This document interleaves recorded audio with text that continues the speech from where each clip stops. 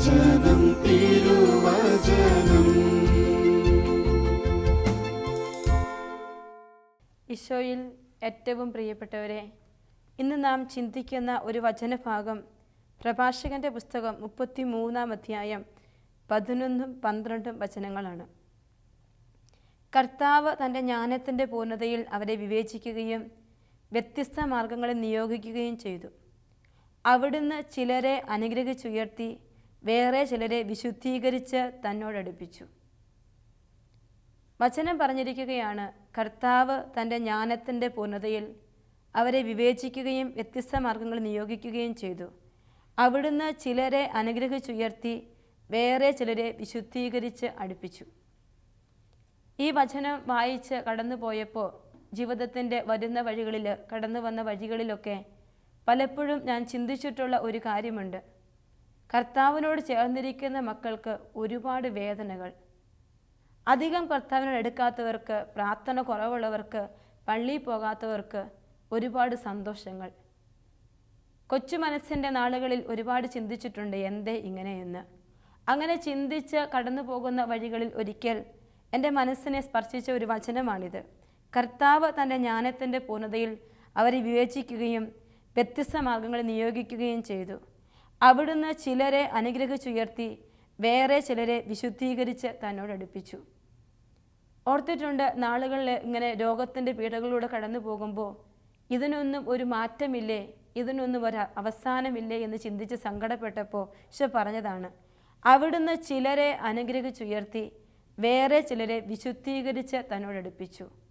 എവിടെയൊക്കെയോ വിശുദ്ധീകരണങ്ങൾ കർത്താവ് തൻ്റെ മക്കളുടെ ജീവിതത്തിലേക്ക് സഹനങ്ങളിലൂടെ, ക്ലേശങ്ങളിലൂടെ, കഷ്ടപ്പാടുകളിലൂടെ അനുവദിക്കും.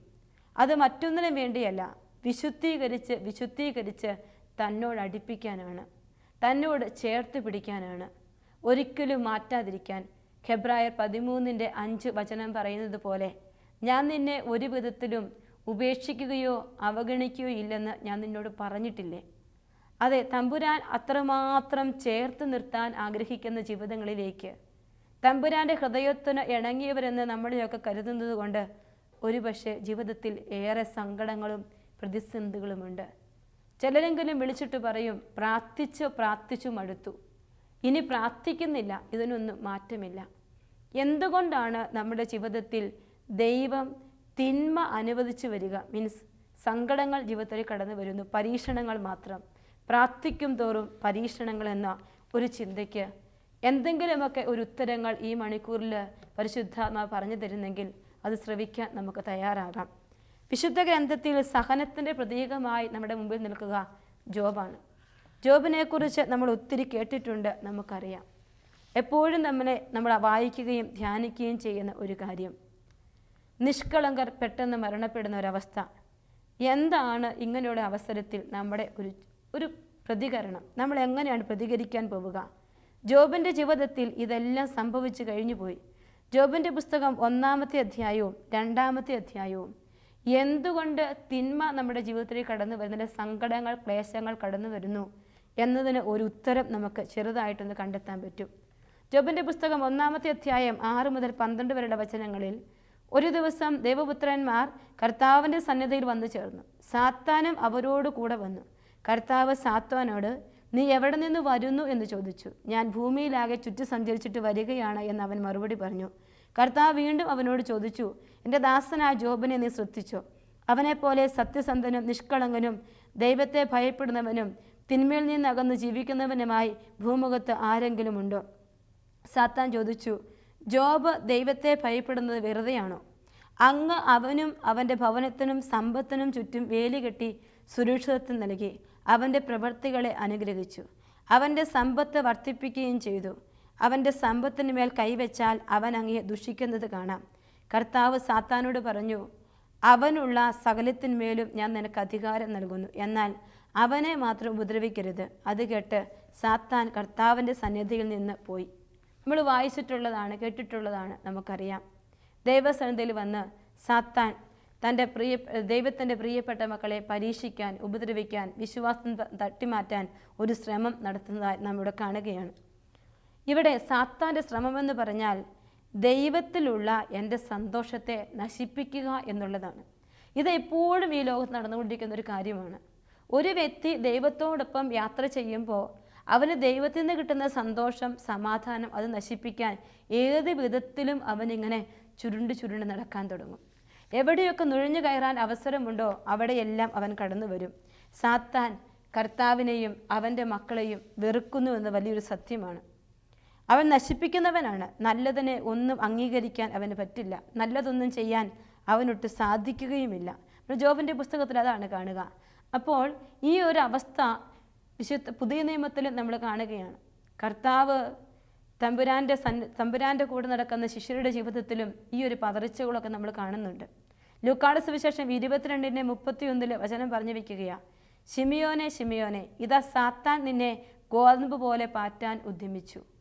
ഈശോ പത്രോസിനോട് പറയുന്ന ഒരു കാര്യമാണിത്. വിശ്വാസത്തിൽ യേശുവിൻ്റെ കൂടെ നിൽക്കാതെ തള്ളിപ്പറയാൻ ശ്രമിക്കുന്ന ഒരു കാര്യം മുൻകൂട്ടി കണ്ടിട്ട് കർത്താവ് പറയുക, ശിമിയോനെ ശിമിയോൻ, ഇതാ സാത്താൻ നിന്നെ ഗോതമ്പ് പോലെ പാറ്റാൻ ഉദ്യമിച്ചു. ഇത് ഇന്നും കഴിഞ്ഞ നാളുകളിലും എല്ലാ നാളുകളും നടക്കുന്ന ഒരു കാര്യം. കാരണം ദൈവത്തോടൊത്ത് ഒരു വ്യക്തിയും ജീവിക്കുന്നത് സാത്താൻ ഇഷ്ടമല്ല. അപ്പോൾ ജീവിതത്തിൻ്റെ ക്ലേശങ്ങളും സങ്കടങ്ങളും വരുമ്പോൾ നീ ചിന്തിച്ചോണം, ഈ സങ്കടങ്ങളിൽ ഒരു പരിധിവരെ സാത്താൻ സന്തോഷിക്കുന്നുണ്ട്. ഇവിടെ സാത്താനെ സന്തോഷിപ്പിക്കാൻ ഞാൻ സമയം കൊടുക്കരുത്, അവസരം കൊടുക്കരുത്. മറിച്ച് എൻ്റെ കർത്താവിനോട് കുറച്ചുകൂടി ചേർന്നിരിക്കാൻ ഒരു വേദിയാണ്. ഒരു രോഗം നമുക്ക് വരുമ്പോൾ തന്നെ നമ്മൾ അങ്ങനെ വേണം ചിന്തിക്കാനായിട്ട്. മറിച്ചാണ് ചിന്തിക്കുന്നത് എങ്കിൽ സാത്താൻ മനസ്സിനെ കയറി ഭരണം നടത്താൻ തുടങ്ങും. രണ്ടാമത്തെ കാര്യമെന്ന് പറഞ്ഞാൽ, ദൈവം തൻ്റെ മക്കളെ പരീക്ഷിക്കാനായിട്ട് അനുവദിച്ചു കൊടുക്കും. തൻ്റെ മക്കളെ ഒന്ന് ടെസ്റ്റ് ചെയ്യാൻ പോവുകയാണ്. എൻ്റെ കർത്താവ് എന്നെ ഒന്ന് പരീക്ഷിക്കാൻ പോവുകയാണ്. അതാണ് ജോബ് 23:10 ജോബ് പറയും, അവിടുന്ന് എന്നെ പരീക്ഷിച്ച് കഴിയുമ്പോൾ ഞാൻ സ്വർണം പോലെ പ്രകാശിക്കും. വചനം പറഞ്ഞു വെച്ചിരിക്കുകയാണ്, അവിടുന്ന് എന്നെ പരീക്ഷിച്ച് കഴിയുമ്പോൾ ഞാൻ സ്വർണം പോലെ പ്രകാശിക്കും. കർത്താവിൻ്റെ സ്വീകാര്യരായ മക്കൾ സഹനത്തിൻ്റെ ചൂളിൽ ശുദ്ധി ചെയ്യപ്പെടുന്നത് പ്രവാചക ഗ്രന്ഥങ്ങളിൽ നമ്മൾ വായിക്കുന്നത് പോലെ നമ്മുടെ ജീവിതത്തിൽ നമ്മെ പരീക്ഷിക്കാനായ ജീവിതത്തിൻ്റെ വേദനകളും സങ്കടങ്ങളും ഒക്കെ കടന്നു വരുമ്പോൾ സമയുക്തതയോടെ നമ്മൾ പിടിച്ചു നിൽക്കണം. സമയുക്തത നിൽക്കണമെന്ന് പൗലോസ് നമ്മളെ ഉദ്ബോധിപ്പിക്കുകയാണ്. പത്രോസിൻ്റെ ലേഖനം 1-ാം ലേഖനം 5-ാമത്തെയും 8-ാമത്തെ വചനത്തിൽ പത്രോസ് പറഞ്ഞു വയ്ക്കുന്നു, നിങ്ങൾ സമയുക്തതയോടെ ഉണർന്നിരിക്കുവിൻ. നിങ്ങളുടെ ശത്രുവായ പിശാച് അലറുന്ന സിംഹത്തെ പോലെ ആരെ വിഴുങ്ങണമെന്ന് അന്വേഷിച്ചുകൊണ്ട് ചുറ്റി നടക്കുകയാണ്. പ്രിയപ്പെട്ടവരെ, ഈ ഒരു വചനം നമ്മൾ മനസ്സിൽ ചേർത്ത് വയ്ക്കണം. ജാഗരൂകതയോടെ വർത്തിക്കണം. നമ്മളെ പരീക്ഷിക്കാൻ ദൈവം അനുവദിച്ചു കൊടുക്കുമ്പോൾ പിടിച്ചു നിൽക്കാൻ നമ്മൾ തയ്യാറാകണം. ജോബിൻ്റെ പുസ്തകം 1-ാമത്തെ അധ്യായം 6 മുതൽ 12 വരെ നമ്മൾ വചനങ്ങൾ വായിച്ചപ്പോൾ നമ്മൾ കേൾക്കുകയാണ്, സാത്താൻ ജോബിനെ പരീക്ഷിക്കാൻ അനുവാദം ചോദിക്കുന്നു. പരീക്ഷിക്കുമ്പോൾ അവൻ ദൈവത്തെ തള്ളിപ്പറയും. അതാണ് സാത്താൻ പറഞ്ഞു വയ്ക്കുക. കർത്താവ് അനുവദിച്ചു കൊടുക്കുന്നു. തള്ളിപ്പറയാനായിട്ട്, പരീക്ഷിക്കാനായിട്ട് കർത്താവ് അനുവദിച്ചു കൊടുക്കുക. എന്തിനാണ് ദൈവം ഇത് അനുവദിക്കുന്നത്? അങ്ങനെയെങ്കിൽ എന്തിനാണ് ദൈവം ഇത് അനുവദിക്കുന്നത്? സഹനങ്ങൾ ജീവിതത്തിലേക്ക് വന്നു, സങ്കടങ്ങൾ വന്നു. അപ്പോൾ കർത്താവ് വീണ്ടും നമ്മൾ പറയുകയാണ്, കർത്താവിനോട് ചേർന്ന് നിൽക്കാൻ ഈ സഹനം വന്നിരിക്കുന്നത്. വീണ്ടും നമ്മളെ പരീക്ഷിക്കാൻ കർത്താവ് അനുവദിച്ചു കൊടുക്കുമ്പോൾ മറ്റൊരു കാര്യം ചിന്തിക്കണം, സ്വർണം പോലെ ഞാൻ പ്രകാശിക്കാനാ. എന്തിനാണ് ദൈവം ഇങ്ങനെ അനുവദിക്കുന്നത് ചോദിക്കുമ്പോൾ മൂന്നാമതൊരു കാര്യം നമ്മുടെ മനസ്സിലേക്ക് ചേർത്ത് വയ്ക്കണം, നമ്മൾ വിശ്വസ്തരായിരിക്കാൻ, നമ്മൾ നല്ല മക്കളായി മാറാൻ, സ്ട്രോങ് ആയി മാറാൻ, നല്ല സ്ട്രെങ്ത് ഉള്ളവരായി മാറാൻ, കരുത്തുള്ളവരായി മാറാൻ, പതറാതിരിക്കാൻ. പാറപ്പുറത്ത് പണിത വീട് പോലെ എൻ്റെയും നിങ്ങളുടെയും ജീവിതം വിശ്വാസത്തിൽ യേശുവിൽ കേന്ദ്രീകരിച്ചായിരിക്കാൻ ഇന്ന് കർത്താവ് ജീവിതത്തിലേക്ക് സഹനങ്ങൾ അനുവദിക്കും.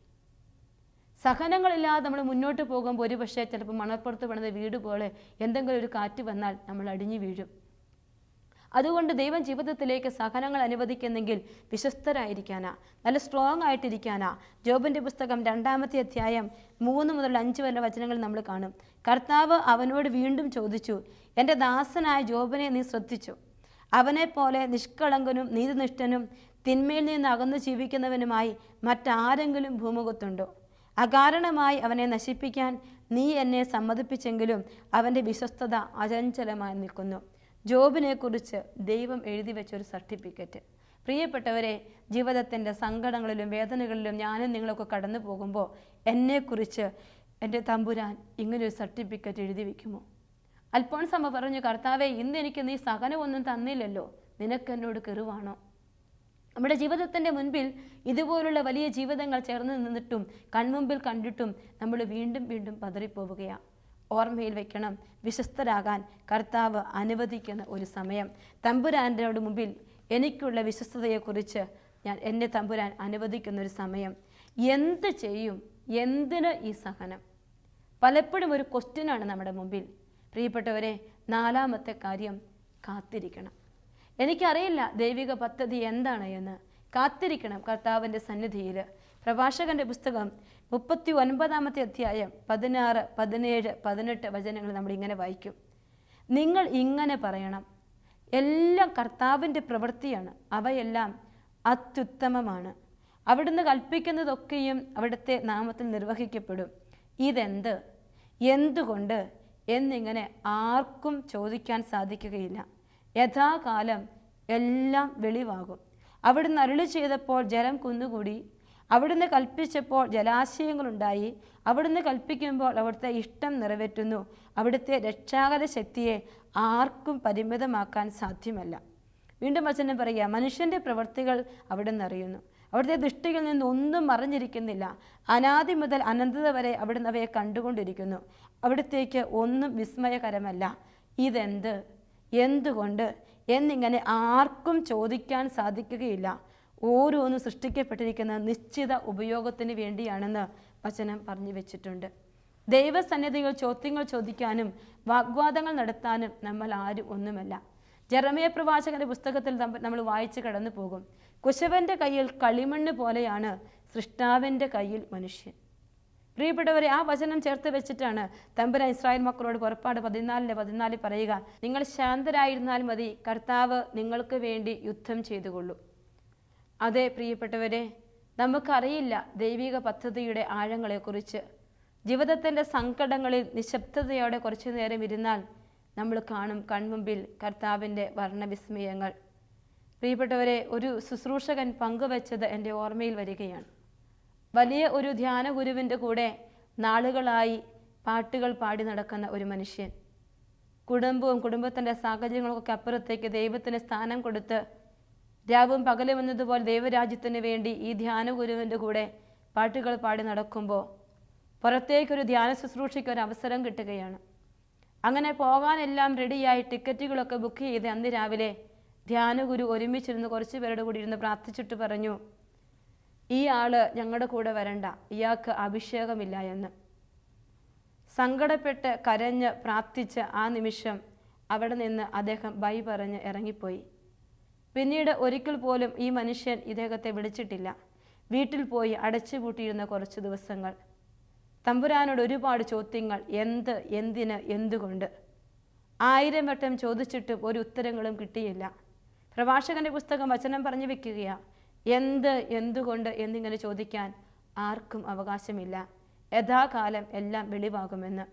പ്രിയപ്പെട്ടവരെ, കുഞ്ഞു കുഞ്ഞു പാട്ടുകളിൽ പാടി പാടി തൻ്റെ ശുശ്രൂഷ ജീവിതം മുന്നോട്ട് പോകുമ്പോഴും മനസ്സിൽ എവിടെയൊക്കെയോ നീറുകയാണ്. കർത്താവെ, ആ ആളുടെ കൂടിയാണ് നിന്ന് ഞാൻ എവിടെ എത്തിയേനെ എന്ന്. എന്നാൽ കാലങ്ങൾ കടന്നു പോയപ്പോൾ ഈ മനുഷ്യനെ കർത്താവ് അതിലും വലിയൊരാളുടെ അടുക്കലേക്ക് കൊണ്ടുപോയി എത്തിച്ചു. അവിടെ കർത്താവ് ആ വലിയ ധ്യാനഗുരുവിൻ്റെ കൂടെ ശുശ്രൂഷ ചെയ്ത് കടന്നു പോകുമ്പോൾ അഭിഷേകത്തിൻ്റെ നാളുകൾ ജീവിതത്തിലേക്ക് വീണ്ടും കടന്നു വരികയാണ്.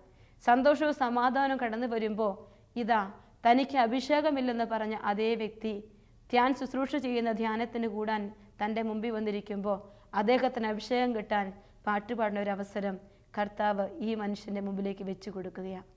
അന്ന് കണ്ണുകൾ നിറഞ്ഞ് തമ്പുരാൻ്റെ അൾത്താറിന് മുമ്പ് മുട്ടുകുത്തി അദ്ദേഹം വാവിട്ട് നിലവിളിച്ചെന്ന് അദ്ദേഹം പറഞ്ഞു തോർക്കുകയാണ്. ജീവിതത്തിൻ്റെ സങ്കടങ്ങളിൽ പല പല കാര്യങ്ങൾ കടന്നു വരുമ്പോൾ എന്ത്, എന്തുകൊണ്ട് എന്നിങ്ങനെ ഞാനും നിങ്ങളുമൊക്കെ ചോദിക്കും. അപ്പോൾ ആവർത്തിച്ച് മനസ്സിൽ പറയാനൊരു കാര്യമുണ്ടാവണം, ഇത് കർത്താവിൻ്റെ പ്രവൃത്തിയാണ്. അവയെല്ലാം അത്യുത്തമമാണ്, അവയെല്ലാം യഥാകാലം വെളിവാകും. വീണ്ടും ജോബ് പറഞ്ഞതുപോലെ നമുക്ക് പറയാൻ പറ്റണം, കർത്താവ് തന്നു, കർത്താവ് എടുത്തു, കർത്താവിൻ്റെ നാമം മഹത്വപ്പെടട്ടെ. പ്രിയപ്പെട്ടവരെ, ഇതൊരു വലിയ സത്യമാണ്. ജീവിതത്തിൻ്റെ നൊമ്പരങ്ങൾക്കിടയിൽ തെറ്റിദ്ധാരണകളും വഞ്ചിക്കപ്പെടലുകളും ഒറ്റപ്പെടലുകളും കടന്നു വരുമ്പോൾ നീ ഇങ്ങനെ പറയണം, എൻ്റെ കർത്താവ് എനിക്ക് തന്നു, എൻ്റെ കർത്താവ് എടുത്തു, കർത്താവിൻ്റെ നാമം മഹത്വപ്പെടട്ടെ. ജീവിതത്തിൽ ഒരുപാട് നിമിഷങ്ങൾ കടന്നു വന്നപ്പോൾ ആവർത്തിച്ച് വചനം പറഞ്ഞപ്പോൾ ഇന്ന് വരെ കിട്ടാത്ത മനഃശാന്തിയും കൺമുമ്പിൽ അതിലും വലിയ അനുഭവങ്ങളുമൊക്കെ കർത്താവ് കൊണ്ടുവന്ന് വെച്ചിട്ടുണ്ട്. ജീവിതത്തിൻ്റെ ആഴത്തിൽ നിന്നാണ് ഈ ഒരു ഭാഗം ഞാൻ സംസാരിക്കാൻ ആഗ്രഹിക്കുക. പ്രിയപ്പെട്ടവരെ, നമുക്കാർക്കും ചിന്തിക്കാനോ എത്തിപ്പെടാനോ പറ്റാത്ത വഴികളിലേക്ക് ദൈവം നമ്മളെ കൊണ്ടുപോയി നിർത്തും. ആർക്കും വേണ്ടാത്ത കല്ലായി എറിഞ്ഞു കളയുമ്പോൾ തമ്പുരാൻ ആ കല്ലിനെ മൂലക്കല്ലാക്കി കൊണ്ടുവന്ന് വയ്ക്കുന്ന ജീവിതത്തിൻ്റെ വഴികൾ, ദൈവിക പദ്ധതികൾ നമുക്കറിഞ്ഞുകൂടാ. ചോദ്യങ്ങളില്ലാതെ സഹനത്തിൻ്റെ മേൽ നിശബ്ദമായി ഇരുന്നു കൊടുക്കാൻ ഇന്ന് നിനക്ക് പറ്റുമോ? ദൈവം ജീവിതത്തിൽ എന്തിന് സഹനങ്ങൾ അനുവദിക്കുന്ന ഉത്തരത്തിൽ ഒരു ഭാഗമാണിത്. നിശബ്ദമായി നിന്നു കൊടുക്കുക, വിശ്വസ്തയോടെ ചേർന്ന് നിൽക്കുക, എന്തുകൊണ്ട് എന്ന് ചോദിക്കാതിരിക്കുക. കർത്താവിൻ്റെ പ്രവൃത്തി കൺമുമ്പിൽ വെളിപ്പെടുത്തും. ഒരു മനുഷ്യൻ പറയുകയാണ്, ഒരു വലിയ മാർക്കറ്റിൽ ഒരു വ്യക്തിയുമായിട്ട് ഒരു മെഡിസിനൽ കമ്പനിയുമായി ചേർന്ന് ഒരു ബിസിനസ് ആരംഭിക്കുകയാണ്. അങ്ങനെ ആരംഭിക്കുന്ന സമയത്ത് വേറൊരു വ്യക്തിയുടെ കയ്യിൽ ആൻറ്റി ക്യാൻസർ ഡ്രഗ്സ് ഉണ്ടെന്ന് കണ്ടുപിടിച്ചു. ആ മനുഷ്യൻ ഇദ്ദേഹത്തിൻ്റെ അടുത്ത് വന്നിട്ട് പറഞ്ഞു, എൻ്റെ മരുന്ന് നിങ്ങൾക്ക് തരാം, ഈ മരുന്നിൻ്റെ പേറ്റൻറ്റ് നിങ്ങൾ എടുത്തുകൊള്ളുക, എനിക്ക് കുറച്ചധികം രൂപ തന്നാൽ മതി. അങ്ങനെ പറഞ്ഞ് എല്ലാ കാര്യങ്ങളും ചെയ്ത് പേപ്പറിൽ ഒപ്പുവെക്കുന്ന സമയത്ത് ഈ മനുഷ്യൻ പറഞ്ഞു, ഇനി ഒപ്പുവെക്കാൻ എനിക്ക് പറ്റില്ല, എൻ്റെ മൂത്ത മോൻ ഇതിന് സമ്മതിക്കില്ല. എല്ലാ കാര്യങ്ങളും റെഡിയായ അവസാന നിമിഷമാണ് ഈ മനുഷ്യൻ കാലുവാരുക. സങ്കടപ്പെട്ടിട്ട് ഈ പ്രധാനപ്പെട്ട വ്യക്തി പറഞ്ഞു, എങ്കിൽ നിങ്ങൾ പൊക്കോ, എനിക്കിനി ഒന്നും പറയാനില്ല. പക്ഷെ ആ നിമിഷം കണ്ണുകളടച്ച് ഈശോയോട് പറഞ്ഞു, ആ മനുഷ്യനെ ഞാൻ തിരിച്ചു വിളിക്കില്ല, വാക്കുമറിയത് അദ്ദേഹമാണ്. നീ എൻ്റെ കൂടെയുണ്ടെങ്കിൽ നീ എനിക്കത് വെളിപ്പെടുത്തണം. കാത്തിരുന്ന് പ്രിയപ്പെട്ടവരെ, 2.5 വർഷക്കാലം. ഫെബ്രുവരി മാസം 1-ാം തീയതി 2.5 വർഷമായി വിളിക്കാത്ത മനുഷ്യൻ വിളിച്ചിട്ട് പറഞ്ഞു, എൻ്റെ മരുന്ന് എങ്ങനെയെങ്കിലും നീ എടുത്ത് പേറ്റൻ്റ് എടുത്ത് ഇതിനെ മാർക്കറ്റിലേക്ക് വിടിവിക്കണം, നിൻ്റെ സഹായമല്ലാതെ എനിക്ക് പറ്റില്ല. അന്ന് ആ മനുഷ്യൻ പറയുക, നമ്മുടെ ജീവിതത്തിൽ ഉത്തരം കിട്ടാത്ത ചില സമയങ്ങളുണ്ടായിരുന്നു, ഇതാ കൂട്ടിച്ചേർക്കുകയാ. നീ നിശബ്ദമായിട്ടിരുന്നാൽ നഷ്ടപ്പെട്ടതൊക്കെ കർത്താവ് നിനക്ക് തിരിച്ചു തരും. നഷ്ടപ്പെട്ടതൊക്കെ കർത്താവ് നിനക്ക് തിരിച്ചു തരും. ജോബിൻ്റെ ജീവിതത്തിൽ തന്നെയാണ് സംഭവിക്കുക. കർത്താവിനോട് വിശ്വസ്തയോടുള്ള പാതയോട് നീ ചരിച്ചാൽ നഷ്ടപ്പെട്ടതൊക്കെ കർത്താവ് 10 ഇരട്ടിയായിട്ട് നിനക്ക് തിരിച്ചു തരും. അബ്രാഹത്തിൻ്റെ ജീവിതത്തിൻ്റെ ബലികളിൽ നമ്മളത് കാണും. അബ്രാഹത്തോട് തമ്പുരാൻ പറഞ്ഞു, ഏകപുത്രനെ കൊണ്ടുപോയി മോറിയ മലയിൽ ബലി കഴിക്കാൻ മോറിയ മലയിലേക്ക് യാത്ര ചെയ്യുമ്പോഴും വിങ്ങുന്ന നെഞ്ചോടെ മല കയറുമ്പോഴും നൊമ്പരപ്പെടുമ്പോഴും കർത്താവെ എന്ന് ഉള്ളിൽ എവിടെയൊക്കെ വിളിച്ചു. അവൻ്റെ വാക്കു പാലിക്കാൻ നിശബ്ദമായി മുന്നോട്ട് പോകുമ്പോൾ ബലിപീഠത്തിൽ മകനെ കിടത്തി വാളെടുത്ത് വെട്ടാൻ തുടങ്ങുമ്പോഴും പ്രതീക്ഷകളൊന്നും മുമ്പിലില്ലെങ്കിലും ഇത് കർത്താവിൻ്റെതാണെന്ന് മാത്രം ചിന്തിച്ച് വിശ്വസ്തയോടെ പ്രവർത്തിക്കാൻ തുടങ്ങിയപ്പോൾ കർത്താവ് ഇസഹാക്കിനെ തിരിച്ചു കൊടുത്തെന്ന് നമുക്കറിയാം. പ്രിയപ്പെട്ടവരെ, ജീവിതത്തിൻ്റെ നൊമ്പരങ്ങളിൽ കർത്താവിൻ്റെ വിശ്വസ്തമായ വഴികളിലൂടെ ഞാനും നിങ്ങളും നടക്കാൻ ആഗ്രഹിക്കുക. പ്രിയപ്പെട്ടവരെ, ദൈവം എന്നെ കൂടുതൽ വിശ്വസ്തരാക്കാനാണ്, എന്നെ സ്ട്രെങ്തുള്ളവരാക്കാനാ, എന്നെ സ്ട്രോങ് ആക്കാനാ എൻ്റെ ജീവിതത്തിലേക്ക് കർത്താവ് അനുവദിക്കുക സഹനങ്ങൾ. ആ സഹനങ്ങളിൽ നീ പിടിച്ചു നിന്നാൽ നിൻ്റെ കൺമുമ്പിൽ ഒത്തിരി അത്ഭുതങ്ങൾ നീ കാണും. ദൈവ സ്നേഹത്തെ ഓർത്ത് കരയാൻ ദൈവം നിനക്ക് അവസരങ്ങൾ തരും. നഷ്ടപ്പെട്ടതിനെ ഓർത്തല്ല, ലഭിച്ചതിനെ ഓർത്ത്. വന്ദിയും പുത്രഹീനയുമായി എനിക്ക് ഈ മക്കൾ എവിടെ നിന്ന് എന്ന് ചോദിച്ച് ജെറുസലേം കരയുന്നതായി യെശയ്യാ പ്രവാചകന്റെ പുസ്തകത്തിൽ കാണും. നഷ്ടപ്പെട്ട വന്ദിയായ പുത്രന്മാരില്ലാത്ത ജെറുസലേം വാവിട്ട് നിലവിളിച്ചെങ്കിൽ ഇതാ വീണ്ടും ഒരു വചനഭാഗത്ത് നമ്മൾ പറഞ്ഞു വെക്കുകയാ. അവൾ ചോദിക്കുക, വന്ദിയും പുത്രഹീനയുമായ എനിക്ക് ഇവർ എവിടെ നിന്ന് ജനിച്ചു? അത്രമാത്രം ദൈവത്തിൻ്റെ കരവിരുതിനെ നമുക്ക് ജീവിതത്തിൻ്റെ സഹനങ്ങളെ കാണാൻ പറ്റണം. നിശബ്ദതയോടെ ഇരുന്നു കൊടുക്കുക. അടുത്ത ഒരു കാര്യം നമ്മൾ ഓർക്കണം, എൻ്റെ കർത്താവ് എല്ലാവർക്കും എല്ലാറ്റിനും ഉപരിയാണ്. എൻ്റെ കർത്താവ് എല്ലാറ്റിനും ഉപരിയാണ്. ജീവിതത്തിൻ്റെ സഹനങ്ങളിൽ അത്യുന്നതനായ കർത്താവിനെ കുറിച്ച് ഞാനും നിങ്ങളും ചിന്തിക്കണം. സങ്കീർത്തന പുസ്തകം 115:3 വചനം പറഞ്ഞു വയ്ക്കും, നമ്മുടെ ദൈവം സ്വർഗത്തിലാണ്, തനിക്ക് ഇഷ്ടമുള്ളതൊക്കെ അവിടുന്ന് ചെയ്യുന്നു. ഇടയ്ക്കിടയ്ക്ക് മനസ്സിനോട് പറയണം, എൻ്റെ ദൈവം സ്വർഗത്തിലാണ്, തനിക്കിഷ്ടമുള്ളതൊക്കെ അവിടുന്ന് ചെയ്യും. എൻ്റെ ദൈവം സ്വർഗത്തിലാണ്, തനിക്കിഷ്ടമുള്ളതൊക്കെ അവിടുന്ന് ചെയ്യുന്നെന്ന് ആവർത്തിച്ച് പറയുമ്പോൾ ദൈവഹിതത്തിൻ്റെ വഴിയിലേക്ക് കാലെടുത്ത് വയ്ക്കാൻ നിനക്ക് ബുദ്ധിമുട്ട് തോന്നില്ല. സഹനത്തിൻ്റെ പ്രതിസന്ധിയുടെ വഴികളിൽ നിൻ്റെ മിഴികൾ കരയില്ല. കാരണം നിനക്കറിയാം, എൻ്റെ ദൈവം സ്വർഗത്തിലായതുകൊണ്ട് ഒരു വക്കീൽ എനിക്കെതിരെ കേസിന് വാദിച്ച് കള്ളക്കേസിൽ എന്നെ കുടുക്കിയാലും എൻ്റെ തമ്പുരാൻ സുപ്രീം കോടതിന് മുകളിൽ നിൽക്കുന്ന അത്യുന്നതനായ എൻ്റെ കർത്താവ് അവൻ എനിക്ക് വേണ്ടി വാദിക്കും. ഞാൻ പതറിപ്പോവില്ല. ഞാൻ പതറില്ല, സ്വർഗത്തിലാണ് എൻ്റെ കർത്താവ് ഇരിക്കുന്നത്. ഈ ഒരു ബോധ്യമാണ് പ്രിയപ്പെട്ടവരെ സഹനത്തിൻ്റെ വഴികളിൽ നമ്മുടെ ജീവിതത്തിൽ ഉണ്ടാവേണ്ടത്. ജോബിൻ്റെ ജീവിതത്തിലും അത് തന്നെയുണ്ട്. ജോബ് അത് ആവർത്തിച്ച് പറയുന്നുണ്ട്. ജോബിൻ്റെ പുസ്തകം 2-ാം അധ്യായം 7 മുതൽ 10 വരെയുള്ള വചനങ്ങൾ നമ്മൾ കാണും. സാത്താൻ കർത്താവിൻ്റെ സന്നിധിയിൽ നിന്ന് പോയി. അവൻ ജോബിൻ്റെ ശരീരത്തെ അടി മുതൽ മുടി വരെ വ്രണങ്ങൾ കൊണ്ട് നിറച്ചു. ജോബ് ചാരത്തിലിരുന്ന ഒട്ടുകഷ്ണം കൊണ്ട് ശരീരം ചുരുണ്ടിക്കൊണ്ടിരുന്നു. അപ്പോൾ അവൻ്റെ ഭാര്യ പറഞ്ഞു, ഇനിയും ദൈവഭക്തിയിൽ ഉറച്ചു നിൽക്കുന്നോ? ദൈവത്തെ ശപിച്ചിട്ട് മരിക്കുക. ജോബ് ഭാര്യയോട് പറഞ്ഞു, ഭോഷത്വം പറയുന്നു. ദൈവകരങ്ങളിൽ നിന്ന് നന്മ സ്വീകരിച്ച് നാം തിന്മ സ്വീകരിക്കാൻ മടിക്കുകയോ? ഇക്കാര്യങ്ങളിലൊന്നിലും ജോബ് നാവുകൊണ്ട് പാപം ചെയ്തില്ല. പ്രിയപ്പെട്ടവരെ, നമ്മുടെ ജീവിതത്തിലും ഇതുപോലെ കർത്താവിൻ്റെ സന്നിധിയിൽ നീ ഇരുന്നു കൊടുക്കുക. എൻ്റെ ദൈവം സ്വർഗത്തിലുണ്ട്. വീണ്ടും ജോബ് പറഞ്ഞു വയ്ക്കുന്ന ഒരു വചനമാണ് എൻ്റെ മനസ്സിനെ ഏറെ സ്വാധീനിച്ച മറ്റൊരു വചനം. ജോബിൻ്റെ പുസ്തകം 23:14. എന്നെക്കുറിച്ചുള്ള തൻ്റെ നിശ്ചയം അവിടുന്ന് നിറവേറ്റും. അങ്ങനെയുള്ള പലതും അവിടുത്തെ മനസ്സിലുണ്ട്. സങ്കീർത്തനം 115:3 ജോബ് 23:14 ഒരുമിച്ച് ചേർത്ത് വെച്ച് വായിക്കുമ്പോൾ നമ്മുടെ ദൈവം സ്വർഗത്തിലാണ്, തനിക്ക് ഇഷ്ടമുള്ളതൊക്കെ അവിടുന്ന് ചെയ്യുന്നു പറയുന്ന അതേ സങ്കീർത്തകനുണ്ട്. അവിടെ ചേർന്ന് ജോബ് പറയുക, എൻ്റെ ദൈവം എന്നെക്കുറിച്ചുള്ള തൻ്റെ നിശ്ചയം നിറവേറ്റും. അങ്ങനെയുള്ള പലതും അവിടുത്തെ മനസ്സിലുണ്ട്. ഈ ഒരു ചിന്ത നമ്മുടെ ജീവിതത്തിൽ എപ്പോഴും ഉണ്ടാവണം. നമ്മുടെ ജീവിതത്തിൽ അങ്ങനെ ഒരു ചിന്തയുണ്ടെങ്കിൽ നമുക്ക് ജീവിതത്തിൻ്റെ സഹനങ്ങളിൽ മുന്നോട്ട് പോകാൻ പറ്റും. മറ്റൊരു കാര്യം, ഈ സഹനങ്ങൾ വരുമ്പോൾ എത്ര വലിയ ദുരിതത്തിലും ദൈവത്തിന് നന്ദിയും ആരാധനയും അർപ്പിക്കാൻ എനിക്ക് പറ്റണം. എത്ര വലിയ സങ്കടങ്ങൾ വന്നാലും നന്ദിയും ആരാധനയും അർപ്പിക്കാൻ പറ്റണം. പ്രിയപ്പെട്ടവരെ, അത് വലിയൊരു സ്വാന്തനമാണ്, വലിയൊരു ആശ്വാസമാണ്. നന്ദി നന്ദി നാഥ, എല്ലാറ്റിനും ഞാൻ ചൊല്ലുന്നു നന്ദി എന്നൊരു പാട്ടുണ്ട്. സങ്കടങ്ങൾ വരുമ്പോൾ കണ്ണുനീരോടെ തമ്പുരാൻ്റെ മുമ്പിൽ പോയി നിന്നിട്ട് ആവർത്തിച്ച് നീ ഒന്ന് പാടിക്കേ, നന്ദി നാഥ നന്ദി നാഥ, എല്ലാറ്റിനും ഞാൻ ചൊല്ലുന്നു നന്ദി. ഇങ്ങനെ പറഞ്ഞു കഴിയുമ്പോൾ, ഈ ആരാധനയും സ്തുതിയും അർപ്പിച്ചു കഴിയുമ്പോൾ ഒരു വലിയ ദൈവിക ശക്തി നമ്മളിലേക്ക് വ്യാപരിക്കും. ദൈവഹിതത്തിന് കീഴടങ്ങുമ്പോഴേ ദൈവം ഇറങ്ങി പ്രവർത്തിക്കും. പ്രിയപ്പെട്ടവരെ, ആ ഒരു അനുഭവം നമ്മുടെ ജീവിതത്തിൽ ഉണ്ടാവണം. അതാണ് പൗലോസ് തെസ്സലോനിക്കയിലെ സഭയ്ക്ക് എഴുതിയ 1-ാം ലേഖനം 5-ാം അധ്യായം 17, 18, 19 വചനങ്ങളിൽ പറയും, നിങ്ങളെല്ലാ കാര്യങ്ങളിലും നന്ദി പ്രകാശിപ്പിക്കുവിൻ, നിരന്തരം പ്രാർത്ഥിക്കുവിൻ. കർത്താവിൻ്റെ സന്നിധിയിൽ എല്ലാത്തിനും നന്ദി പറയാൻ പറഞ്ഞ് പൗലോസ് നമ്മളെ ഉദ്ബോധിപ്പിക്കുമ്പോൾ സന്തോഷങ്ങളിലും അനുഗ്രഹങ്ങളിലും മാത്രമല്ല നന്ദി പറയണ്ടേ, സങ്കടങ്ങളിലും നൊമ്പരങ്ങളിലും എല്ലാം നന്ദി പറയണം. ഇങ്ങനെ നന്ദി പറഞ്ഞ് ദൈവത്തെ സ്തുതിക്കുന്ന ഒരു ജീവിതത്തെ അനുഗ്രഹിക്കാതിരിക്കാൻ കർത്താവിന് പറ്റില്ല. കർത്താവ് ഇറങ്ങി വരും. നമ്മുടെ ജീവിതത്തിൻ്റെ സങ്കടങ്ങൾ നിന്ന് പ്രവർത്തിക്കാൻ അവൻ നിൽക്കും. അവൻ ഇറങ്ങി വരുന്നത് കാണാൻ നമുക്ക് പറ്റും. പ്രിയപ്പെട്ടവരെ, ഒരുപാട് ജീവിതത്തിൻ്റെ അനുഭവങ്ങൾ ഞാൻ കണ്ടിട്ടുണ്ട്. സങ്കടങ്ങൾ സങ്കടങ്ങൾ ജീവിതം തീരുന്നെന്ന് തോന്നുമ്പോൾ ഈശോ അത്ഭുതകരമായിട്ട് ഇടപെടുന്നത് കണ്ടിട്ടുണ്ട്. നീ ഒറ്റ കാര്യം ചെയ്യണം, നന്ദി പറയാൻ പരിശീലിക്കുക. അടുത്ത കാര്യം, കർത്താവിൻ്റെ നന്മയിൽ നീ വിശ്വസിക്കുക. നിന്റെ ദൈവത്തിൻ്റെ പരമമായ നന്മയിൽ നീ വിശ്വസിക്കണം. നീതിമാന്മാരെ കടാക്ഷിക്കുന്ന ഒരു കർത്താവ്. അതാണ് സങ്കീർത്തനം 34:5 പറഞ്ഞു വയ്ക്കുക. നീതിമാന്മാരെ കടാക്ഷിക്കുന്ന ഒരു കർത്താവ്. എൻ്റെ ജീവിതം കർത്താവിനോട് ചേർന്ന് ഈ സങ്കടങ്ങളിൽ വിശ്വസ്തയോടെ അവൻ്റെ പിന്നാലെ പോകാൻ ഞാൻ ആഗ്രഹിച്ച് സഹനങ്ങളിൽ നന്ദി പറഞ്ഞ് തമ്പുരാൻ്റെ ഒപ്പം ഞാൻ നിൽക്കുമ്പോൾ കർത്താവ് എൻ്റെ സഹനങ്ങളിൽ കൂടെ നിന്നിട്ട് കർത്താവ് പറയും നമ്മോട്, ഞാൻ നിന്നെ കടാക്ഷിച്ചിരിക്കുന്നു, ഞാൻ നിന്നെ അനുഗ്രഹിച്ചിരിക്കുന്നു. പ്രിയപ്പെട്ടവരെ, ഇന്ന് ഒരുപാട് മക്കളുണ്ട് സഹനങ്ങളും വേദനകളും പ്രശ്നങ്ങളും പ്രതിസന്ധികളുമായി വേദനിച്ച് നീറി കഴിയുകയാണ്.